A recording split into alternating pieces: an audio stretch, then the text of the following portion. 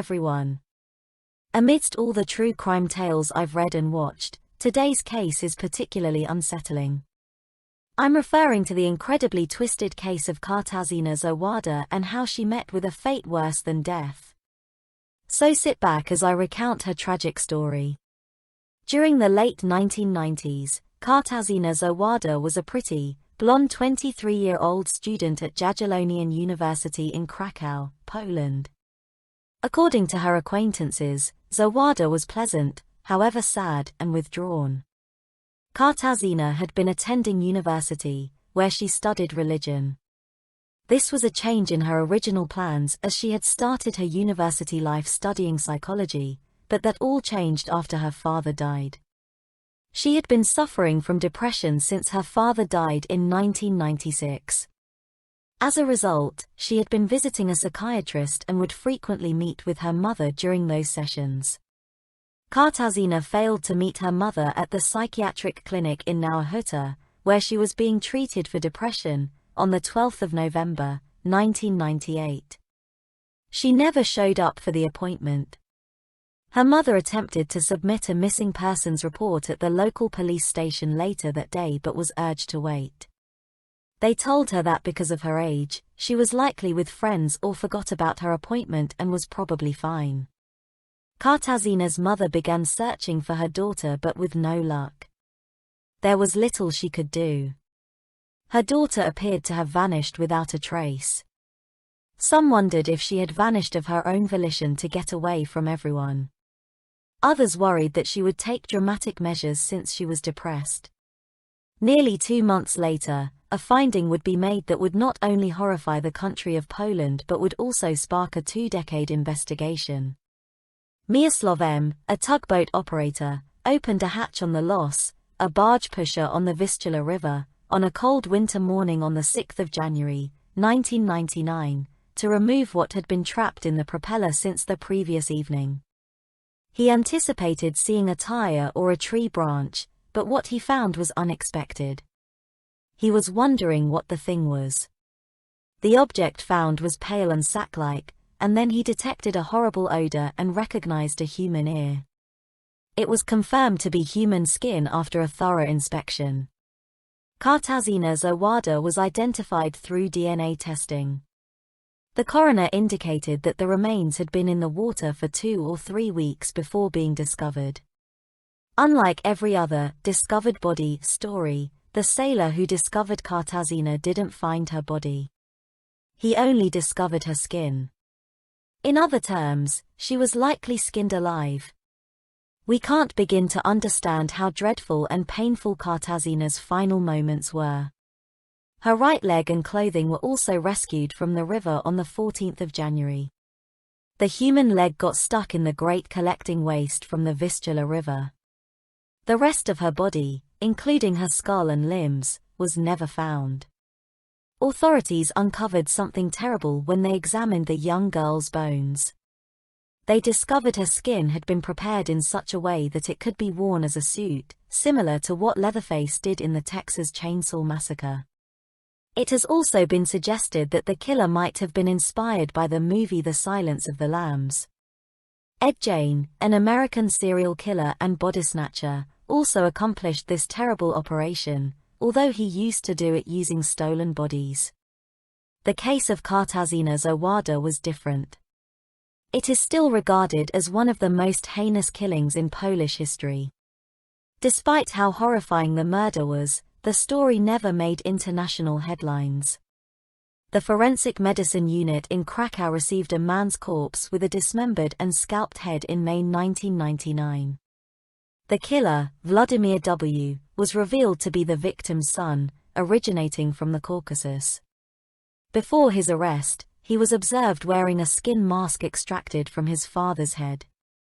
Initially, authorities accused Vladimir of murdering Katarzyna, but no evidence was uncovered to corroborate this theory. He was charged with murdering his father and sentenced to 25 years. Later he was moved to a Russian prison at his request. The inquiry was formally dropped a year later since the perpetrator had not been found, but law enforcement officers involved in the case continued to pursue credible leads. The prosecutor's office reopened the inquiry in 2012 due to breakthroughs in forensic research and collaboration with experts. For example, foreign specialists from Spain and Portugal were reached, who commented on the torture inflicted on the victim. FBI specialists also supported the police officers from the X-Files, Cold Case Unit, in Krakow who investigated the case of the skin. A second autopsy of the victim's remains was requested. Experts from the Wrocław Medical University's 3D Expertise Laboratory built a model of the victim's injuries. Investigators later discovered that the assailant used a sharp object to inflict wounds on his victim's neck, armpit, and groin. An FBI representative for Europe prepared a psychological profile of the suspect in 2014, highlighting his sadistic inclinations. The killer was a male who enjoyed harassing women and was likely to have a criminal record. Judging by the wounds on the remains, he likely knew self-defense and could have used this knowledge to incapacitate his victim. It was determined that Katarzyna was first beaten and then stabbed.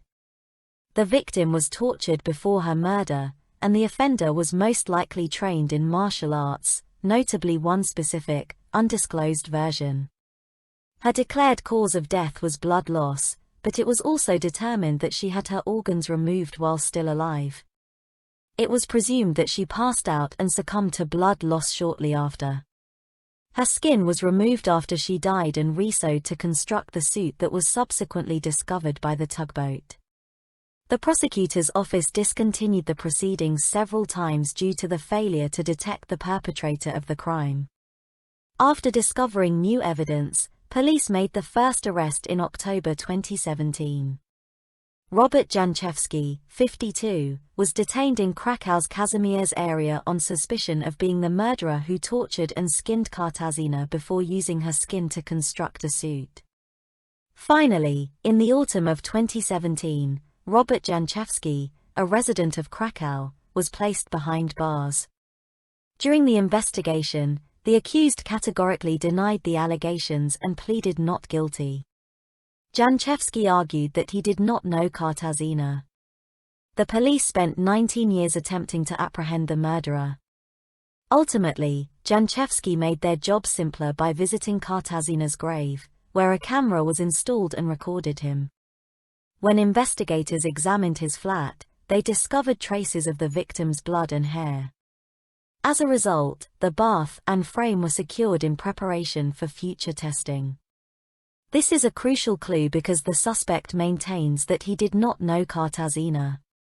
In 1999, he was already under police investigation but had not been detained. Because he was trained in martial arts, knew the victim, visited the victim's cemetery, and had a history of harassing women, Janczewski fit the psychological profile. He used to work in a dissecting lab, where he had to deal with human bodies.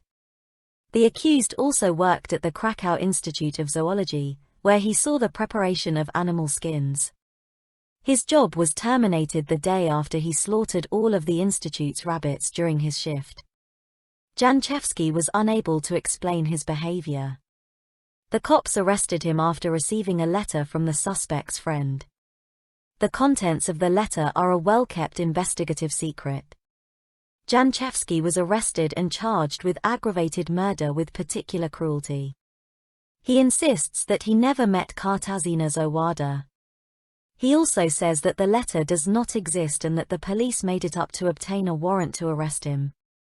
While investigators gathered evidence, the Court of Appeal agreed to extend his imprisonment until the 6th of September, 2018. When Robert Janczewski was still awaiting trial, he made headlines after saying that jail guards harassed and ridiculed him, infuriating officers and prosecutors.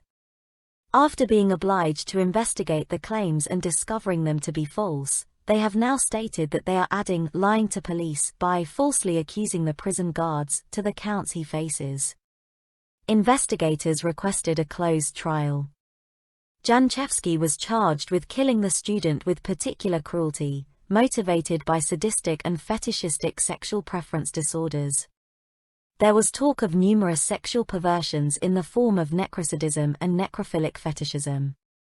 The National Prosecutor's Office investigator also enumerated the injuries suffered by the tortured victim and indicated that she must have been deprived of liberty and kept in a closed room.